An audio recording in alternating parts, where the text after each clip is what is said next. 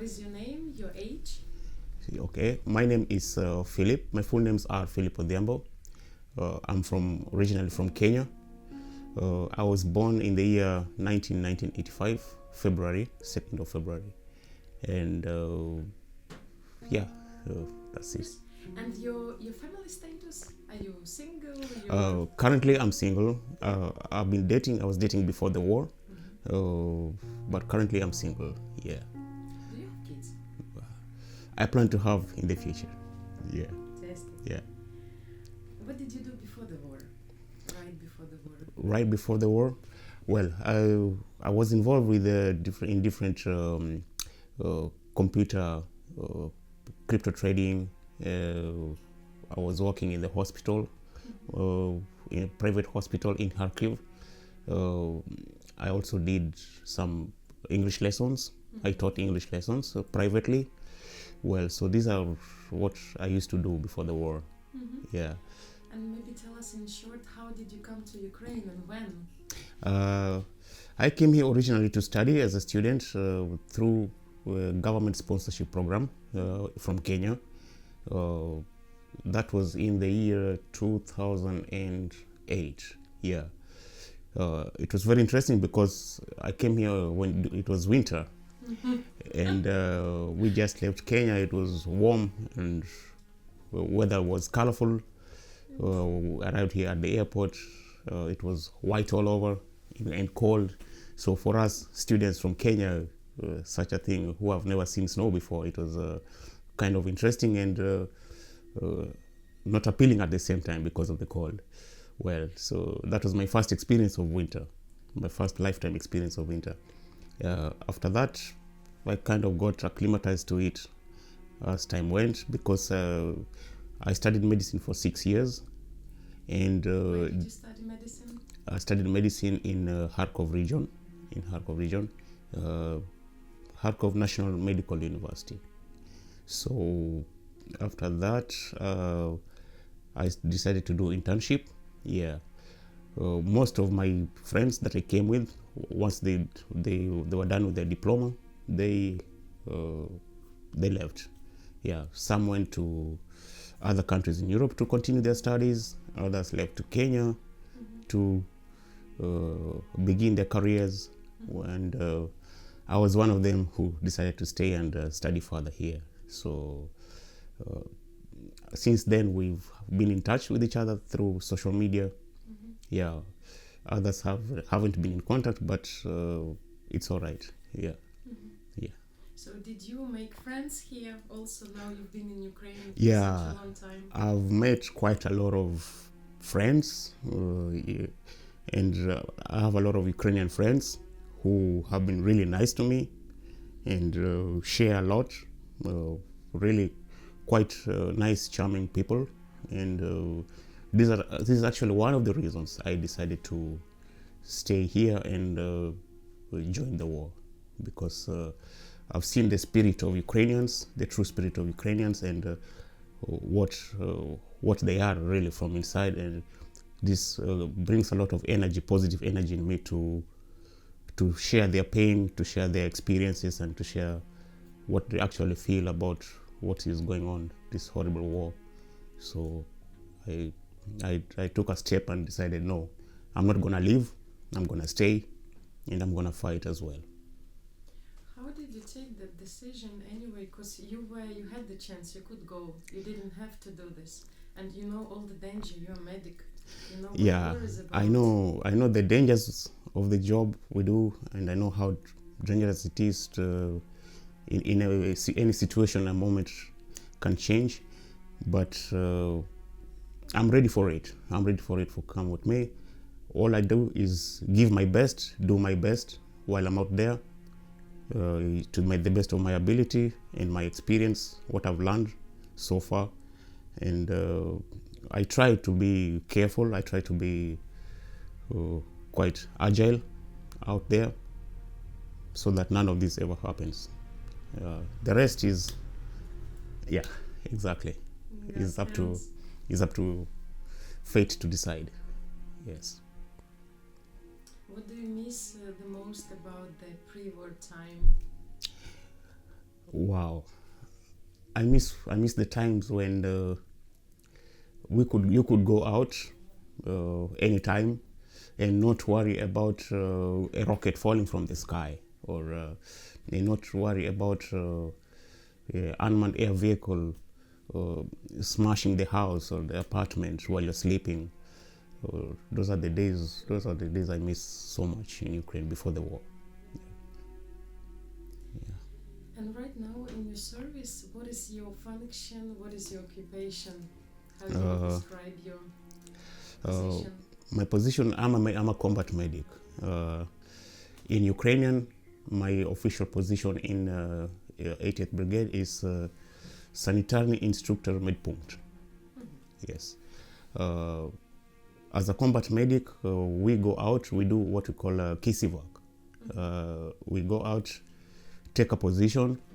Our guys, Ukrainian soldiers, they get injured. We take them, stabilize them, and transfer them to the medical stabilization point. So this is basically what we do. Yeah, it's we are much closer to ground zero as compared to the stabilization point, because they need somebody to bring the casualties in. So that's the part we feel. Yeah. Can you tell a little bit how this is how your day, like working day, looks like, right? Sorry. And, Yeah. Has it how has it changed from the beginning? How it was in the beginning, and how is it now? Is it more dangerous right now? And if so, why? Well, I wouldn't say it's more. Well, it's more dangerous right now because of this. Because of unmanned aerial vehicles, these drones. When the war started, it wasn't that much in quantity, in amount. Right now, it's not only FPV drones, but they have this suicide drones also. That, What is that? well, it's like a Mavic, and it throws a dirty bomb that just burns everything. So, especially this is a tactic for enclosed where our soldiers take shelter. So when the fire burns, our soldiers come out to put out the fire, and there's another drone coming, very quiet, and it drops another and burns everything. So I experienced this a lot, especially in Donetsk and Zaporizhia region. They use this a lot, so we had a lot of burn casualties over there, and it was in the middle of summer. You can imagine it's quite hot, and really nasty picture. So that was then. When the war started, it was all we had to deal with was mainly artillery shells and mortar shells, kind of injuries. And now it's not only that, but with drones as well. So the situation is much more intense as compared to the beginning in 2022. Yeah. So, and when you're off, how is your day off looks like? Well, when I'm off, like this is my day off. Here at the base, we sort out medical stuff. We see what needs what we need more supplies of. Yeah, we sort out what's already expired and all that stuff, and we run the day-to-day schedules in the base, like cleaning stuff here and there. We also do some teaching with our brigade out in the field. We teach our soldiers tactical medicine, yeah, how to manage a tourniquet, how to do this wound packing and all that stuff, because most of them, when they join our units, they have little to no idea of how to handle this stuff. Yet they're the ones in ground zero, so we teach them, show them how to handle some stuff, and that's how our day off normally goes. So normally we take shifts out in the field. Yeah. Yeah. Do you have a bit of space also for yourself? And what is it you do for yourself? Well, I wouldn't say there's much I do for myself when I'm here, because we have to be ready all the time. It doesn't matter, because if our group that's in position, something does happen, we have to be ready at any moment to leave for evac or to replace that team, because at the position there always has to be a combat medic on standby for evacuation. So it doesn't matter. So we are always on the move, always watching, making sure that we are ready for any kind of situation. And that's why I wouldn't say that I have time for myself to do my own stuff. Yeah. How much vacation you have per year? Well, in a year I have 30 days of vacation. So 30 days, it's divided in the sense that I'm here for 6 months, then I'm given 15 days off. Yeah, then another 6 months, then another 50 days off. Then that's it. Yeah. Thank you. What do you think is the most important thing about your job? If you could point on something. The most important thing in my job is to ensure that our soldiers leave after a hard day, a hard work out in the field. They come back with injuries. I feel it's my job to ensure that they leave and they get the best medical care until the next point that we deliver them to. I give them my best knowledge and ability to make sure that they stay alive. Yeah. So that's most important for me. The most important, my number one priority. Yeah.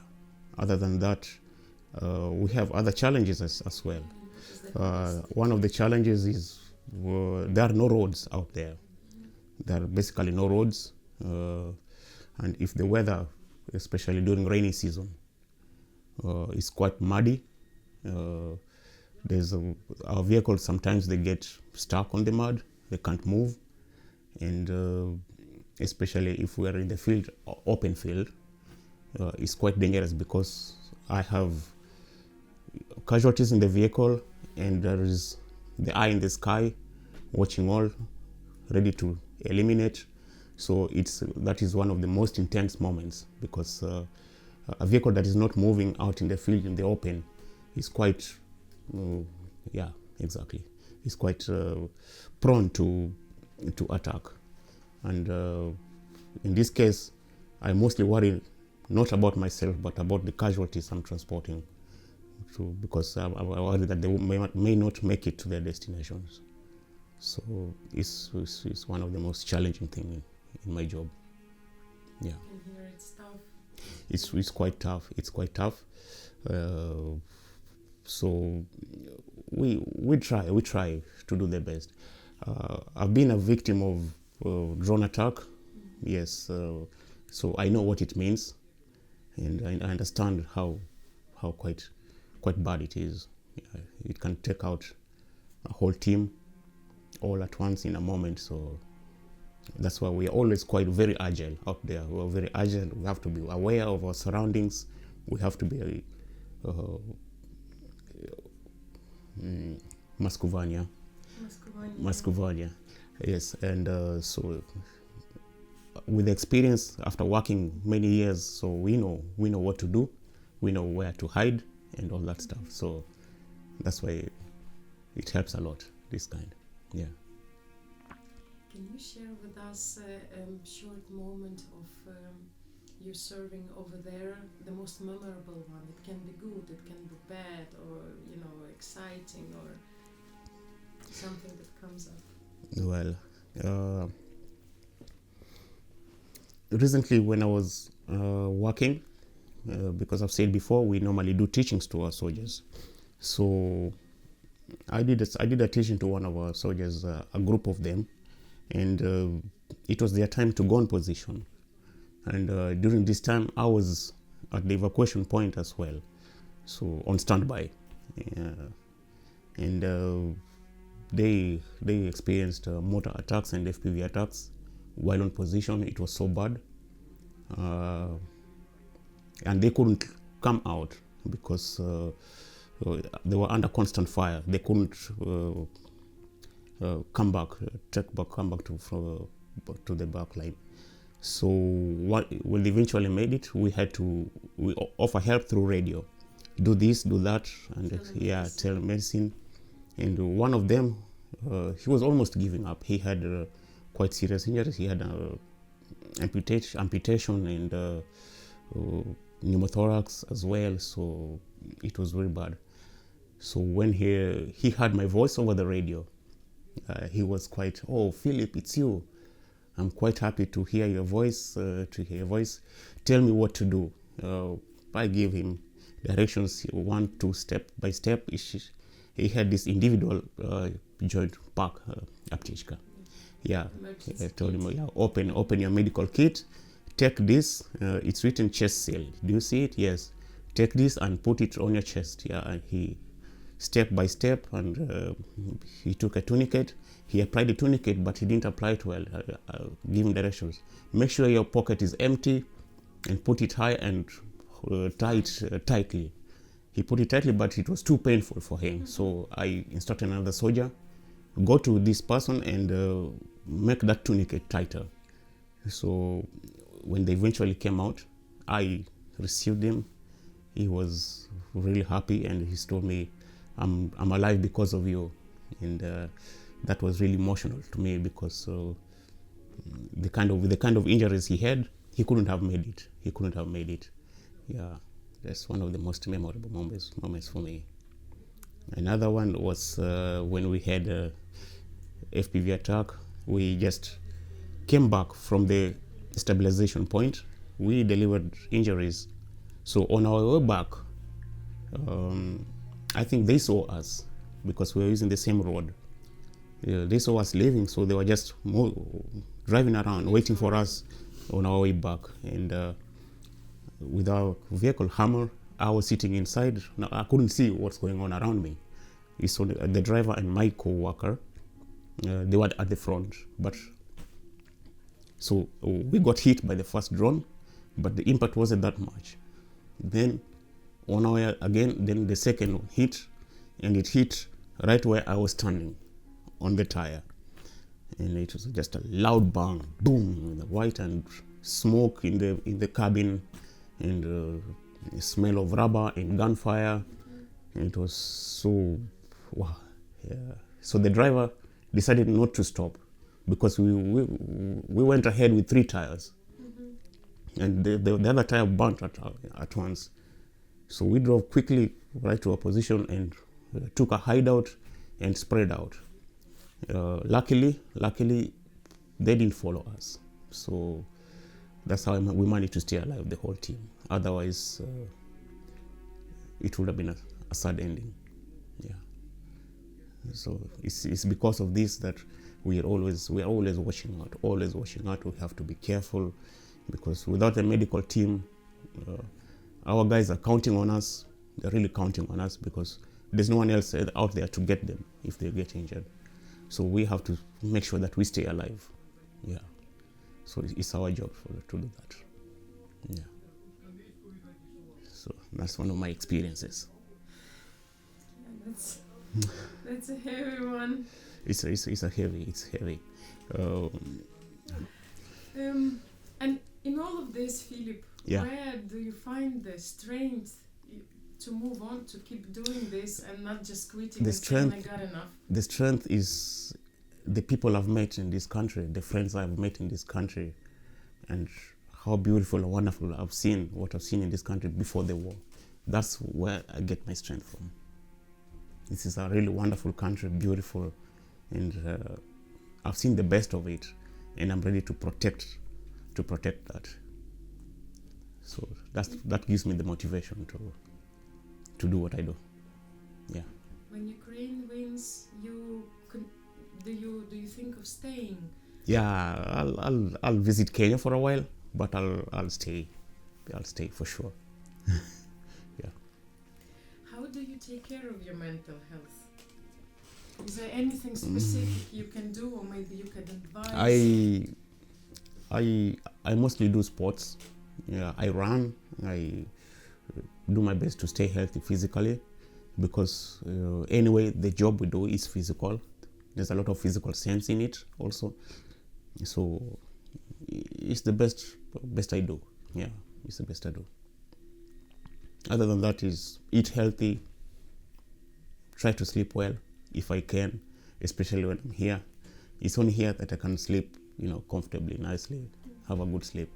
When we're in position, we take turns to listen to the radio, to look at the phone duty. We have a special phone that they lay out everything, what's going on in the front. So we have to keep watch and listen to the radio so that if anything happens, we know what to expect. Yeah.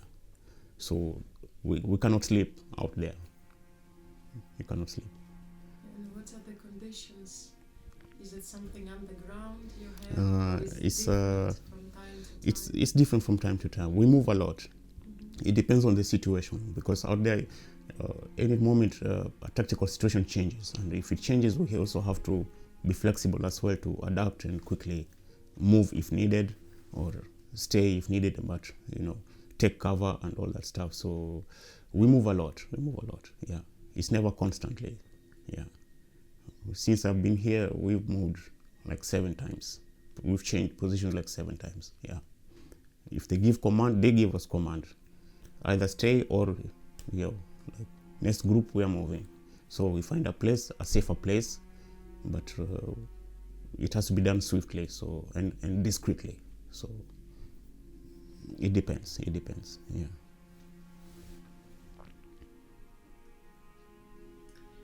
Can you tell us about like the recent moment when you really felt happy, or you laughed a lot, something positive? I really can't think of one right now. No, I really can't think of one right now. What can we all learn from this war, if you could point on? Well, war is bad. War is bad because it distracts a lot of people. It takes away a lot of people's happiness, and it will displaces people from their homes, from their loved ones. So war is not good. That's all I can say. It's not good. One day when you get kids, because you're planning on, Yeah. what are you gonna tell them about this period of your life? Oh, I'm gonna have a lot to share. I'm gonna tell them it's good to appreciate and protect what you have, freedom and happiness, because it's costly, it comes with a price. So love and protect it with your best, the best you can, because if that is taken away, then your happiness and your well-being is taken away as well. So yeah, other than that, share my experience, share what I've seen, what I've lived through. Yeah, that's it. Yeah. And be cool daddy. Yeah. Such stories, huh? Yeah. Already now you have a lot. I already have a lot with the experience I've had.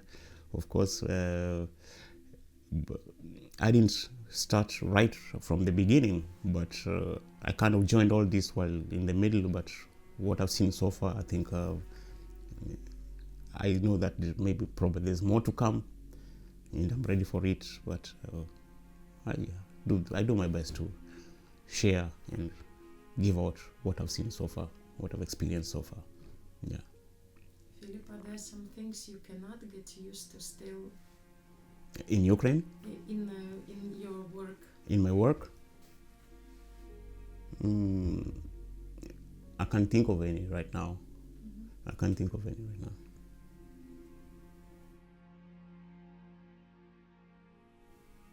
Yeah, and back to, you already touched upon this. So, when Ukraine wins tomorrow, what is your first action? Wow. What are you gonna do? Wow. That is one of the, probably I think that's gonna be the happiest moment in my life right now. Yeah, it's gonna be the best news ever for me, and I can't really express how I feel deep inside, when this war ends, when all this craziness ends. It's gonna be the best thing for me. the best thing for me. Yeah.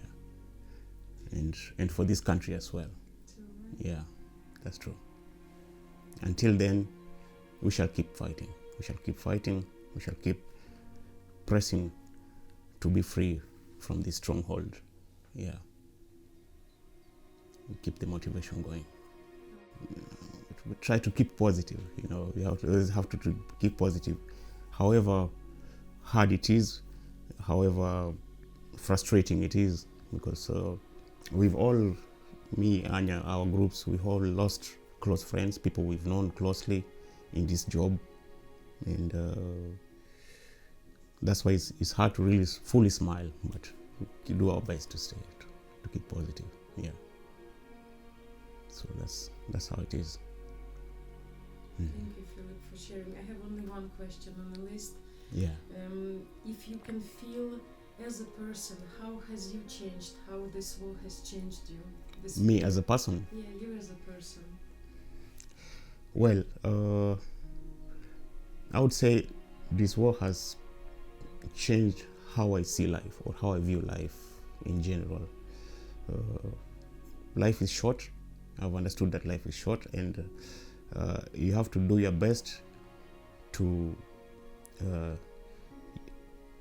make the best of it while you still can, while it's still possible, because when all that is taken away, it's a whole different chapter, and that chapter is not good at all. So love, appreciate, be happy in life, use whatever you can to stay positive while it's still possible, and always stay healthy, and control yourself, be calm with your emotions, and just have it that it doesn't matter where you're from, or what you look like, or what God you pray to. All that matters is deep inside, to have that brotherly love, sisterly love, to appreciate each other, and